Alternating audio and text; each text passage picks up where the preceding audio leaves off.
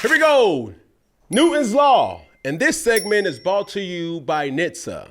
Get prepared for the road ahead. With that being said, Peggy, how can the Texans and CJ Stroud avoid a sophomore slump? Because tough. They got a lot of, I think what CJ Stroud was able to do his rookie year was nothing less than amazing. It caught a lot of people off guard because they had a lot of things working against their favor.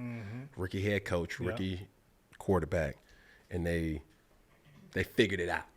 Made it to the playoffs, and they shook some shit up. They did. Drinking and driving will change your whole world. The next time you're out with your friends, consider what will happen if you get pulled over after drinking, like the legal fees or time in court or a DUI on your record. Your decision to drink and drive can impact someone else's world too, if you hurt or kill them in a crash. Instead, what if your decision to call a sober driver could impact your world for the better? Drive sober or get pulled over. Paid for by NHTSA. Okay, but that still doesn't negate them from being or avoiding the sophomore slump. And that's one thing I was going to ask you a quick question, Cam. Is the sophomore slump a real thing? Yes. Okay. Yes. Cool. So I think with this, I think we should speak about how or what are some things to avoid a sophomore slump, right? I got 3 things here. So this is the planning part, right? The plan to avoid the sophomore slump. All right, what you got? As a boogie bylaw. All right. Okay. Number 1, protect the football at all costs. As a quarterback, this is CJ Stroud. He has to protect the football, right? Lean on your talent that's around you. And we're going to get into all the key additions and the key intricacies on the team. Yep. Number 2, become the unanimous leader. Yep. Right? That means during the good times as well as the bad times. All right. Because one thing we know about the NFL, or one thing that I know about the NFL, you're going to play 18 games, 17 games, 16 games, however many games, whether you 0-17 or 17-0 or 18-0. How many games they playing now? Fuck this. I don't know. 17, 18 now. 18. Yeah. Are they playing 18 games? Oh. No, they playing 17 games. 17 games. It's 18 weeks, 17 games with 1 bye week. That's been so fucking long. Damn. All right. Lastly, but not least, do not worry about other people's expectations and do not let them or allow them to control the narrative. Okay, that's strong. So those are the 3. Do not be pressured into trying to be great. Just allow the greatness to happen. Allow the game to come to you. Right? So those 3 things: protect the football, become a unanimous leader, and do not worry about other people's expectations. And we're going to get into it. So first off, protecting the football. Yeah. Okay? All week, every single week or keys to victory is always the team who protects the football puts themselves in a better situation to win a football game. That's true. And when you look about it, when you think about this, it sounds simple, but it's so evident that the great teams, the playoff teams, they are always on the plus side of turnover differential. Meaning, okay, if I throw 2 interceptions and I get 2 interceptions, that turnover differential is what, Peggy? That's bad. That's equal. It's equal. It's 0. Throw 2 and 2. You cancel yourself out. You cancel yourself out. Yeah. Right? Now, if I throw 1 interception and then I get 3 other turnovers and maybe 2 interceptions or a fumble recovery, that differential is 2. You done stole 2 possessions. Correct. Right? So when you're looking about or when you're thinking about being a great team or a playoff contender, these things start and stop with the quarterback protecting the football. Okay. Now, when you think about quarterback protecting the football, it's more than just the decision-making for the quarterback. All right. I'll put a microscope to it even more. Break it down. The backside tackle, the left tackle, In this case, because he's right-handed, or the right tackle must, under first left-handed quarterbacks, must know this. It's also your job to protect the football. How do you protect the football, left tackle? You got to protect his backside. Because if I'm in the fucking pocket, there's no chance I can see this when I'm looking downfield. So, boom, for the Michael Parsons of the world, for the Aaron Donalds and the TJ Watts and the JJ Watts of the world, like, it's no chance, the Von Millers, there's no chance you can see that when they're coming to strip sack. And that's the blind side, correct? That's everybody being understanding on the same page to protect the football. Even though you can still protect the football without even touching the football. All right, running back's the same thing. When you have the football or when you're in protection, you must protect the football as well. Okay. They used to have this saying in New England, ball security is job security. Okay. So protect the ball. I can't tell you how to get on the field, but I can tell you how to get up off that motherfucker. Yeah. Picks and then fumbles. Next thing, becoming a unanimous leader. That's during the good and the bad. Okay. The good is, hey, we look at our schedule, we're 5-0. Okay, let's shrink it even more. We 1-0. Okay, let's go 3-0. Okay, let's go 8-0. Okay, let's go 5-2. Those are good records to have had. But what about if you 2-5? How you gonna battle back? What about if you 1-4? What about if you 2-2? What about if your team is underachieving? What about if you don't have the talent that you used to having because of injury? How are you going to get your guys going? Because when I'm looking at your receiving core, it's way better than it was last year. Break down the receiving core. It was still something to not be played with. You got Tank Dell. Yeah. You got Nico Collins. And you can't forget about that guy, Stephon. Oh, yeah. Diggs. Motherfucker is the new and improved Urkel. Yeah. Huh? It's Stephon. It's Stephon, motherfucker. He jumped into the time machine. He done jumped in that motherfucker, came out, and they every time he would come out, woo! Yeah.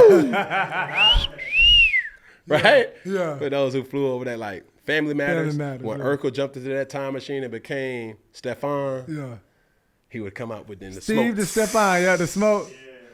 Woo! Stephon Diggs the same way. Yeah. Motherfucker coming out on that field. It ain't too much that he gonna catch outside of COVID. And he added some more people, to the team as well, though. And they've secured the running back position. Okay. You got a two-headed monster in Joe Mixon and Cam Akers. Mm-hmm. All right? That's solid.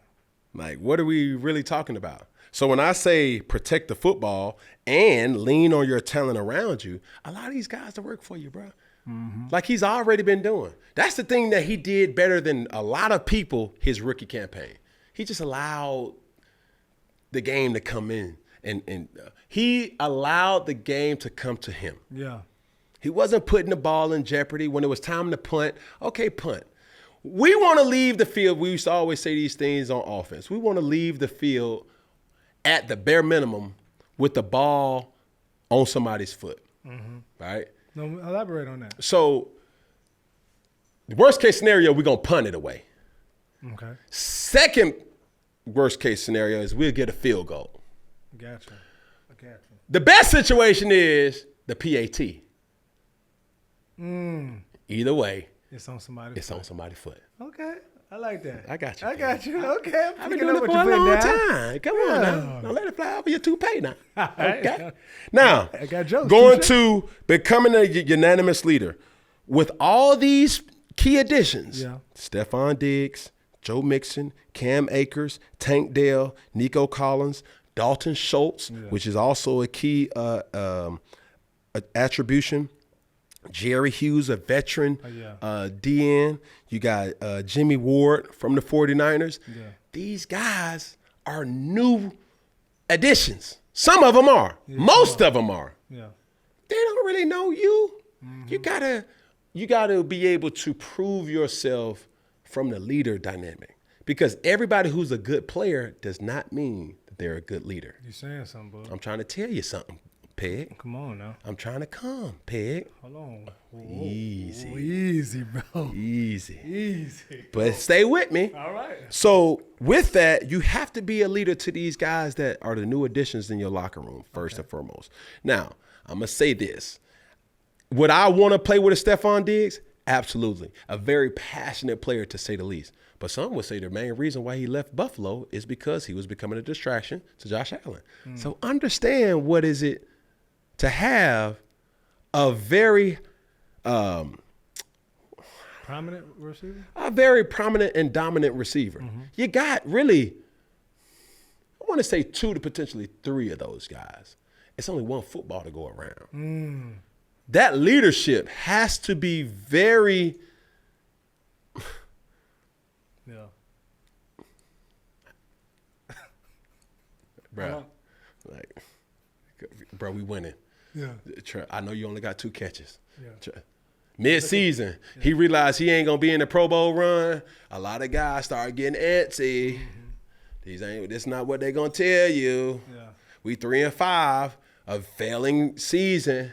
They got a lot of contract incentives based on how many catches they get. They're not gonna tell you this. Yeah. They want the ball. They need to rock. They need it for their livelihood and for their damn psyche. You got a deep threat in tank. We understand that.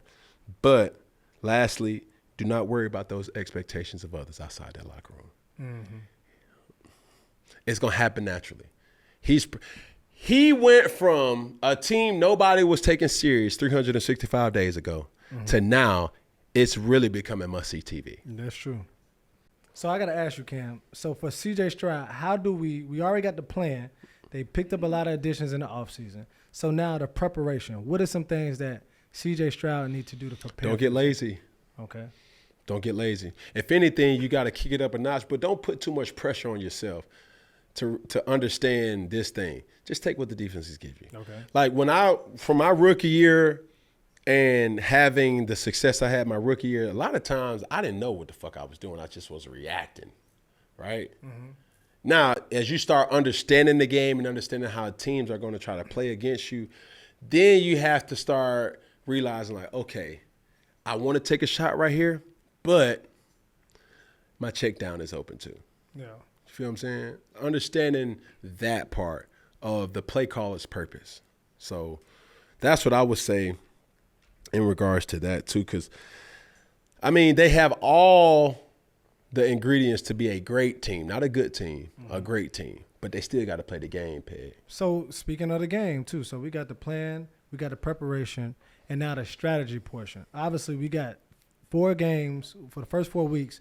It's a lot of games. That's going to be some tough games. What type of strategy should they have coming into these games, even if they don't win them all? Like, what's the mentality, the strategy to keep, persevering throughout these 4 weeks to help them? Man, what a lot of people are thinking, it's a lot of hype, but they still have to play the game. Like, there's been a lot of teams in NFL history that has had, on paper, a great team. Okay. But you don't understand the continuity. You don't understand injury. You don't understand, how things are going to fare out. Nobody gives a damn that you lost the game by 1 point. They don't give a damn if you got blew out the first game. They don't care how you lost the game, you lost the game. Yeah. And that goes for the same way if you win the game. Nobody gives a damn about that. They always say, oh, man, that was an ugly win. I ain't never heard nobody say that was a pretty loss. Yeah. So the name of the game is just a win. Shit, it ain't going to be no cakewalk. Yeah. I don't think of any division in football right now that's a cakewalk outside of, what is that, the AFC West with the Chiefs? Yeah. Who they got? They the got Raiders, Raiders, and Chargers. Denver, and the Chargers. Yeah.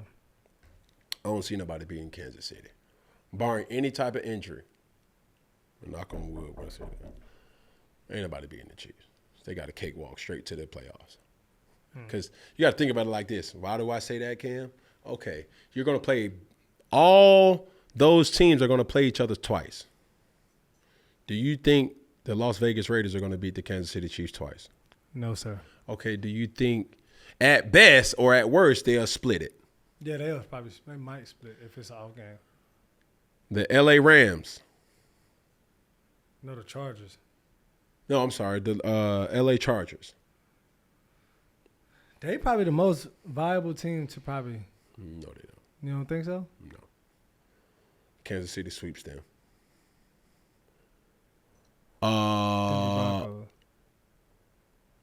What is that? And the Denver Broncos.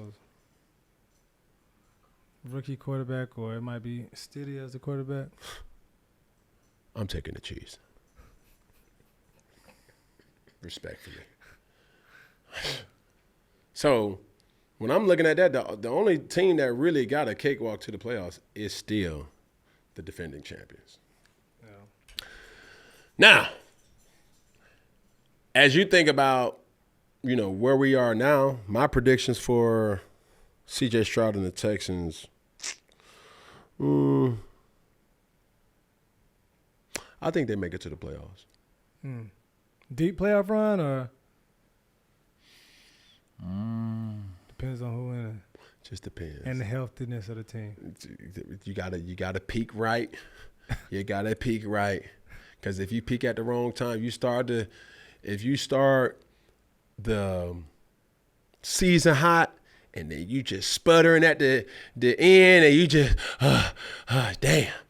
You're limping across the damn finish line and before you go to the playoffs, and you don't get that first round bye, it's going to be tough for you. Shit. Yeah. That's real. That's your question. And could he be a real MVP candidate, CJ Stroud? Yes.